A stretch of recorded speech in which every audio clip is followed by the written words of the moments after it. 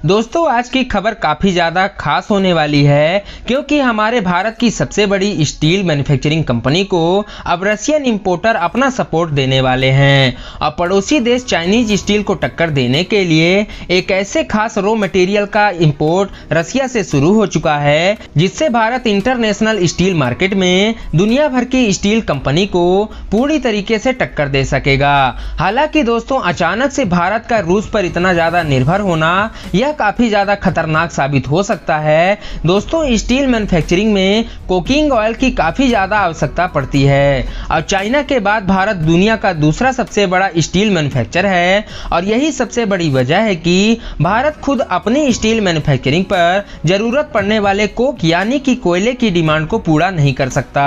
और इसी वजह से दोस्तों एक ऐसे वक्त में ऑस्ट्रेलिया भारत का सबसे बड़ा कोयले का इंपोर्टर बना हुआ था, लेकिन अभी हाल ही के दिनों में ऑस्ट्रेलियन कोयले की कीमत काफी ज्यादा बढ़ गई है और यही सबसे बड़ी वजह है कि भारत ने अपनी कोयले की सप्लाई को रसिया की ओर डाइवर्ट कर दिया है। दोस्तों स्टील ऑथराइज्ड इंडियन लिमिटेड यानी कि भारत की सील अब 3 लाख टन कोकिंग ऑयल रसिया से खरीदने जा रही है। और दोस्तों ये हमारे भारत के लिए काफी बड़ी बात है क्योंकि हमारा भारत हर साल करीब 53 मिलियन टन कोयला खुद प्रोड्यूस करता आ रहा है। और दोस्तों सबसे कमाल की बात यह है कि पेट्रोल के बाद रसिया अब कोयले पर भी भारत को काफी बड़ा डिस्काउंट देने वाला है। और दोस्तों इंटरनेशनल मार्केट में भारत चीन की स्टील इंडस्ट्री को 100% टक्कर देने का अपना फुल मन बना लिया है और इसी वजह से भारत अपनी स्टील प्रोडक्शन को 2031 तक करीब 40% तक बढ़ाने का टारगेट सेट कर दिया है। और दोस्तों भारत में जितने कोयले का उत्पादन हर साल होता है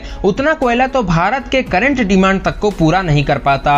और इसी के चलते अब रसिया, ऑस्ट्रेलिया समेत इंडोनेशिया और मुजम्मी जैसे देशों से भी कोयले की सप्लाई भारत को शुरू की जा चुकी है। और दोस्तों ये तो रही मेन बात, लेकिन देखा जाए तो रूस पर इतना ज्यादा डिपेंडेंट होना ये भी काफी ज्यादा खतरनाक है क्योंकि रसिया पेट्रोलियम को लेकर भारत का बड़ा सप्लायर बन चुका है और कोयला भी फ्यूल कैटेगरी में आता है। और देखा जाए तो सीधे तौर पे भारत अपनी सप्लाई चेन एनर्जी डिमांड को रसिया की ओर मुड़ चुका है और इसकी वजह से एक बड़ा अनबैलेंस भारत और रूस ट्रेड के बीच हो चुका है और रूस भारत को अब एक कंज्यूमर की तरह देखने लगा है और इसके चलते भारत से ट्रेड बढ़ाने की बजाय चीन से अपनी सप्लाई बढ़ा रहा है और इससे दोस्तों भारत के द्वारा कमाए गए डॉलर को रूस इनडायरेक्टली चीन में निवेश कर रहा है। और दोस्तों अब तो इन दोनों ही देशों में अब लोकल करेंसी में भी ट्रेड होना शुरू हो चुका है और हालात ऐसे हो गए हैं कि रूस भारत से भी युआन में रकम एक्सपेक्ट कर रहा है